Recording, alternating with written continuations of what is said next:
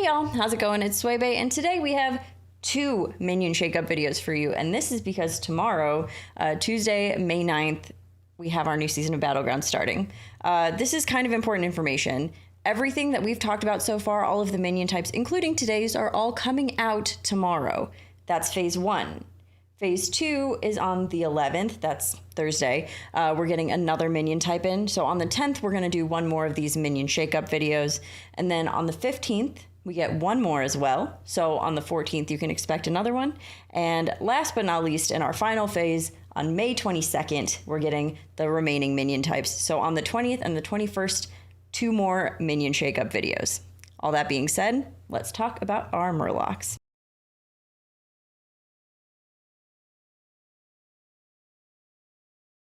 So honestly, Murloc was one of the things I was most excited to talk about because I do feel like it got a big change. Like the overall goal and mechanic of Murlocs has changed here with the new minions coming in. It has now moved to more of a hand buff mechanic, which we have never seen in Battlegrounds before. So this was one thing I was just incredibly excited to talk about, and I think is going to dramatically change the way that we play Murlocs. But before we talk about those new things that are coming in to support this new kind of Murloc playstyle, we have to talk about what's leaving. Tier 1 is staying the same, but Tier 2 we are losing our Murloc War Leader. This is something we saw in Constructed. This is the +2 attack for your other Murlocs.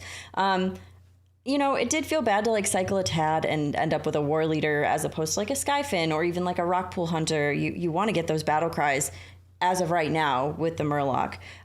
So getting the War Leader did feel bad, and it will definitely feel bad moving forward with the hand buff mechanic. So definitely makes sense that it is gone. Another minion that just makes complete sense, we're losing our Tier 3 Felfin Navigator. This is a board buff. This is a +1/+1 for all your Murlocs. Doesn't make a lot of sense when we're focusing on the hand buffs, so that one will be gone as well. Also on Tier 3, we're losing yet another battle cry. This is 2 battle cries out now. We're losing our Swolefin. This is the Murloc that gains stats for all the other Murlocs that you have, all your other minions. So another one of those, and you know, we do have those overall like battle cry triggers like Rylak, and we have Young Murkai. However, again, I think defeats the purpose of what Murloc are trying to do now. And last but not least, on Tier 5, we are losing our Toxfin. So we know this, of course, affected Murloc the most. We know the change in poison to venomous. And if you don't, basically, the keyword poisonous has been replaced by the keyword venomous. And basically, the first hit on the venomous works, just like poison did. But after that hit, does not work that way anymore. Now it is just a minion with the stats that it has, the effects that it has, no longer can poison other minions and have that kind of one-shot kill, which I think is going to be really important overall to the game. You know, you have a lot of these, especially with the minion shakeups, a lot of these very large, you know, board scaling or hand scaling situations. So having venomous units is so much better for the health of the game to not have something that can just like scam a win. You play a Mantid at the right time with a shield, and then it kills like 2 or 3 important units. So it is still that tech removal, but it's not such a game changer as it used to be. And that being said, Toxfin leaving, instead of having the battle cry of being able to give another Murloc venomous, it's just gone. So really now, let's think about that. With Murloc, you used to be able to poison your whole board, right? You used to be able to use Toxfin, or even before Toxfin, where it was Sefin, if you remember that one with the Avenge of giving Murloc poisonous. You used to be able to poison your board more or less, like your entire board. Now we have our Plagued Tidewalker, which is venomous, and we have our Operatic Belcher, which is a Tier 5 venomous, and a Death Rattle giving another friendly Murloc venomous. Aside from that, there's your venomous. That's it in terms of Murloc. That's a pretty substantial change. Now moving on, we have a whole lot of new minions to talk about, which we already started to, but let's talk about all of these new minions, starting on Tier 2. On Tier 2, we have our Upbeat Flutist. That's a really hard word to say and enunciate, Flutist. At the end of every 2 turns, give a random minion in your hand +9 health. And this has that end of turn effect, so does work with Drakari. But +9 health is substantial. Yeah, on Tier 2, that's pretty huge. And does help the whole hand buff situation. So could be something worth keeping for a while. Like that is a very, very large amount of stats that, I mean, I'm not sure the overall landscape of how much Murloc are going to be impacted, and it's so hard to say because other things got touched, you know, just a few things rotating or, you know, kind of refining. But this is just massive. So it feels like it might be a candidate for a nerf in the future, but can't say that 100%. Also, honorable mention, we have our Salt Scale Honcho back. This is after you play a Murloc, give 2 other friendly Murlocs +1 health. We used to have this, it left, and now it's back. So not only are you, you know, with the flutist, I'm going to struggle with that word forever, giving health to your hand, you also have health coming from the Honcho. On tier 3, we also have our Scourfin. This is a death rattle of give a random minion in your hand +5/+5. So, of course, this is not like a permanent stat, I don't think. That would be kind of really disgusting if it was, I feel. So I don't think that's a thing. Right? Yeah, no, because then you can like play the base skill, which we haven't talked about yet. So hold on. Yeah, I really don't feel like Scourfin's permanent. That can't be. That's not a thing. All right, moving on. Tier 4, we have our Bream counter. This is one of the ones that I've been the most excited about. While this is in your hand, after you play a Murloc, gain +3/+2. So this is our like... This is like the pinnacle of a hand buff, right? So you have your Bream counter. We still have plenty of Murloc to cycle. Like we still have our Primal Fin. Tad is a fantastic token, always provides us another Murloc. So we can really scale these Bream counters, I feel. I feel like this is just something that stays in your hand forever. I honestly would love to like find multiples and find golden and just leave it in your hand, which not getting that discover feels a little bit bad. But hey, when you're ready to play it, which I'm sure eventually you will want to, you can grab that discover into a 6 or something. So I really, really like a Bream counter. On tier 4, I just mentioned this one. This is base skill of a death rattle of summon the highest health from your hand this combat only. So you have your Scourfin that buffs something +5/+5. Base skill has a fantastic unit to target to summon, but also could summon Bream counter. Scourfin could target Bream counter. Who knows? I think that that's a really great thing to add to Murloc as that base skill. I feel like that's a unit that could easily stay on your board for a long period of time because it's basically like playing a board with 8 units as a Murloc, which not really something that you do. Like you just, right now, Murlocs, you play large Murlocs and then eventually you poison them all and then eventually you play like Selfless to shield them. That's kind of the vibe. So I think that that's a really fun addition and I'm excited to play that one. Also on tier 4, a very highly talked about minion. This is the Plagued Tidewalker. It is our undead Murloc with Venomous. It has Venomous naturally itself. It is both undead and Murloc. So that's a fun little thing to note for, you know, board buffs if you're playing Mug, if you're playing Jug. The fact that it has Venomous is nice. It does get that 1 hit, so you can, you know, buff it well enough that it can live and get stats past just that poison hit. Moving on to tier 5, we have our Operatic Belcher.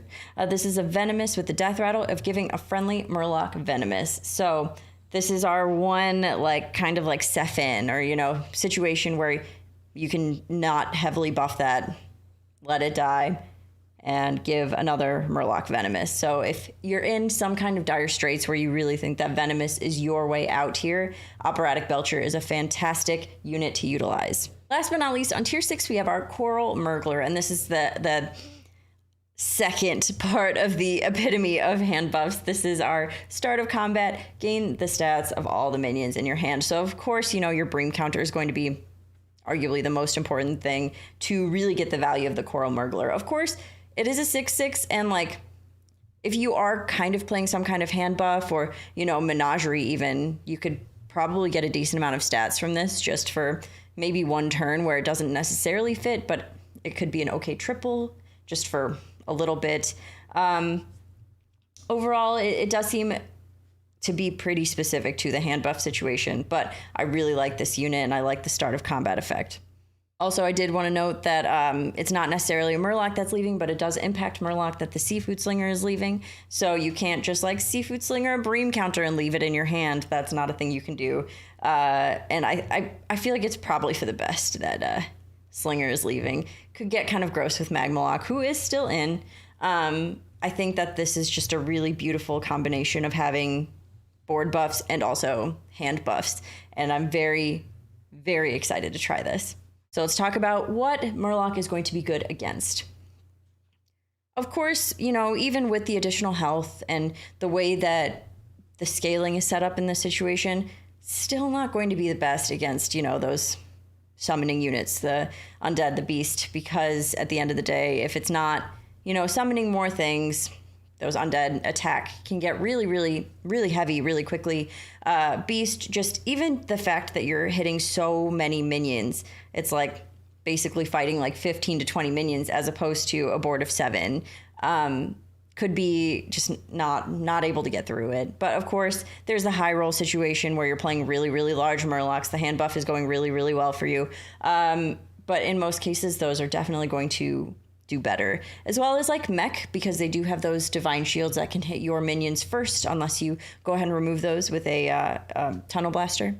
Dragon, kind of similar situation. So overall, I'm a little concerned about the strength of Murloc in terms of being able to get through. That's 4 minion types just off the bat, and then you think about like Elemental, who has, you know, all of the Cyclone, the Wildfire. That's multiple minion removal theoretically. So I am hoping that hand buff is as strong as I want it to be, where it's not overpowering, but it is very strong. And like the Operatic Belcher should help with large minion removal you're facing. But I'm not sure it's going to be like OP. I think that is something that I'm going to have to work towards. But there's plenty of still, there's still a good amount of battle cry between the Skyfin. We still have the Primal. We get that attack buff from the Swamp Striker still, if you'd like that. I think that there's some outs here. I think that there's a more varied playstyle than Murloc has ever had. So I don't necessarily know that it's going to be disgusting, but I think it's going to be really fun. So I started to talk about what minion types Murloc is good against, but then instead I just talked about everything is bad against. So let's go revisit the good against. Yeah, I mean, at the end of the day, I think that obviously large Murloc, still the same situation. The Venomous helps with like Quillbore builds, like you can run your Operatic Belcher into a dynamic duo and then something else gets a Venomous as well. Of course, there are shields there, but not so much so that I think that it would be a big problem. I think that these board buffs are going to be sufficient in maintaining a board where I think that these board buffs are going to be sufficient in maintaining a board while you are doing the hand buff situation. Definitely one that we are going to have to vibe all together, though.